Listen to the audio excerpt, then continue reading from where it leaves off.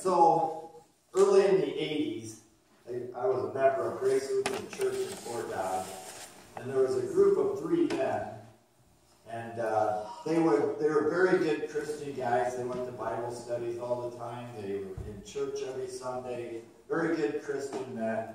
And every summer they would go to Missouri fishing, going on a fishing trip. It's their annual thing every year. And so this one summer they were, it was a hot, sunny summer day, out in the middle of the lake in this little fishing boat. And they're just enjoying a great day of fishing. The fish are biting like crazy. They're doing great out there. Well, then all of a sudden it starts getting kind of dark and overcast, and before you know it, this cool breeze comes in, it gets stronger, and it starts really cooling off, and then it's imminent that, rain is coming. I mean, there's a big cloud coming, and so they get, wow, we better get back to shore, because we got a storm coming in. So they start motoring to shore. They're way out in the middle of the lake, and as they're coming to shore, before they can get there, the rain starts coming down. I mean, it's coming down in buckets. And then through the rain, and they're looking out, and they can see, it looks like there's a tornado forming out of the cloud. You've seen that before, maybe, where it starts coming down, and now they're really scared. And so they're just motoring as fast as they can with this little motor. And then they see through the rain that it's coming closer, and it's coming right at them. And it gets to the water's edge and turns into a water spout.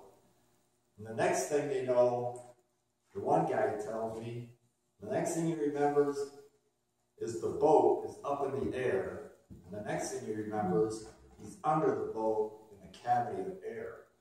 He's just like, wow, what just happened? The other guy, he got tossed out into the water, and he swam towards the boat and was on the outside of the boat, hanging onto the boat. And the third guy, I'm sorry to say, didn't make it. And they didn't find him until the next year when the lake turned over, and then he surfaced. So kind of a sad story there at the end. But in today's story, we learn that storms indeed do come unexpectedly on the Sea of Galilee. They would have storms come up over the mountainside and just out of nowhere. And so the disciples were obeying what Jesus had compelled them to do. Jesus said, go on the boat to the other side. So they did. That's what Jesus told them to do. And I mean, last week we were talking about feeding the 5,000, so it was a busy day. They spent all day feeding these people, 5,000 people. Now Jesus says, go out in this boat and row. They don't have a little motor. And I'm going to go up and pray like I wanted to do before these 5,000 people showed up. So that's what he does. So normally this trip would have taken about 2 or 3 hours to get across. It's 8 miles wide at the widest spot. But this evening, they came up against another one of those storms on the Sea of Galilee. And bucking the wind and the waves, the disciples had only made it halfway across. And now it was early morning, so they were exhausted and tired. Then through the dark and the driving wind and waves, they see a figure that they believe is Jesus walking on the water. And they're terrified. They cry out in fear. It's a ghost. The disciples knew that Herod had recently killed John the Baptist. So they figured this is Jesus' spirit coming at them. So they're definitely terrified, They think that's their Messiah. He's dead now. It's a ghost. Do you ever feel terrified and overwhelmed, even as you're following Christ and obeying what he has told you to do? Jesus had told the disciples to get into the boat, go to the other side, and they obeyed him. Now you and I obey God, and we come to church regularly. We do our devotions and read our Bible, and we're generally helping people whenever people are in trouble. And yet, troubles come into our lives. We're battered, we're fatigued, we're stressed by the concerns of the world. In the midst of the disciples' fatigue, Jesus comes to them in their distress in choppy waters. They are certainly at the end of their rope. Jesus comes to them with encouragement and his presence. In their fear, he immediately spoke to them, "Take heart, it is I. Do not be afraid." Now, in the Greek words used for I, it's ego eimi, which means I am. Now, that goes back to the Old Testament and the burning bush, where God said, "I am." So in this moment, God is saying, I am. I'm God. There's nothing to fear. So Jesus comes to them in their distress and says, it's going to be okay. I am with you. Yet Peter is still not convinced of Jesus' divinity, that he truly is God. Peter answers Jesus, "Lord, if it is you," that's interesting, isn't it? "Lord, if it is you, command me to come to you on the water." This "if" is the same seed of doubt that the devil used to tempt Jesus when he was in the desert, in the wilderness. Peter questions whether Jesus is the true Son of God. Can Peter fully trust God to sustain him in all circumstances, especially in this storm? Jesus said, "Come." So Peter takes that step of faith and walks toward Jesus on the water. But then Peter noticed the strong wind. He became frightened, and beginning to sink, he cried out, "Lord, save me!" In our lives, we too are overwhelmed. We try doing things in our own strength.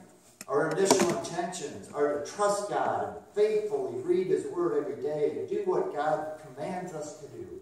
To love, to serve our neighbor, to be in his word always. Then the concerns of the world distract us. We begin to sink into frustration and pressure and realize that we can't do all these things that are weighing us down. Now, there's been many times in my life where I feel overwhelmed, and I'm sure you have too. There's those times when I get so busy with things that I take my eyes off of Jesus. And there was a time in my life when, and this was several years ago, but like I said, it's not a one-and-done thing, but it helps me in my future when things happen that I can look back on those times when God was with me. At any rate, there was a time where I had things going on in my life from all angles. I had a business I was running, employees. We've got 30 employees. You run into problems. They're on vacation, they're quitting. Some of them are messing up in the job. I have to fire them, so I don't have people to work. So there's a lot of stress there. Then I've got my family. So I'm having stress there. The kids are having trouble in school and at home, and we're having problems there. My wife and I are arguing about stuff all the time. Then, on top of all that, I'm even having confrontations with church members. All this is just weighing down on me. And I remember standing at the front door of my house. I'm just standing there going, I don't know what to do. I was ready to have a nervous breakdown. And I just said, "God, I can't take it anymore. I give it to you." And immediately, that weight lifted from my shoulders, and I just felt peace. And just this sigh of, just like that. Just like in our gospel story today, when Peter was on the water, immediately, Jesus took his hand. That's our God. He is with us always. Peter became frightened and cried out, "Lord, save me." Jesus immediately reached out his hand and caught him. "You of little faith, why did you doubt?" When they got into the boat, the wind ceased, and those in the boat worshipped him, saying, "Truly, you are the Son of God." Jesus truly is the Son of God. Jesus is with us no matter what distress we are experiencing. Jesus was with those three men in that boat fishing on a lake in Missouri. Jesus was with the man who lost his life during that storm as Jesus greeted him in heaven. He was also with the family and friends of that man who lost their loved one in that fateful storm. In Romans 14:8, Paul says, "Whether I live or I die, I belong to the Lord." The disciples knew that by faith as they worshiped Jesus and proclaimed, "Truly, you are the Son of God." We know that we belong to the Lord as we are promised in our baptism. Jesus conquered death and sin on a cross and rose again, so that you have new life in him. Jesus has you by the hand. You are not going to sink. It's a scary and unpredictable world we live in. Jesus is with us in all of life's circumstances, especially in the midst of storms. We need not fear stepping out in faith into the choppy waters to reach out to those who desperately need our help, that need the love of Jesus. Jesus says, "Come." Knowing that Jesus has you by the hand, reach out without fear to grab the hand of another who needs the love of Jesus. Amen.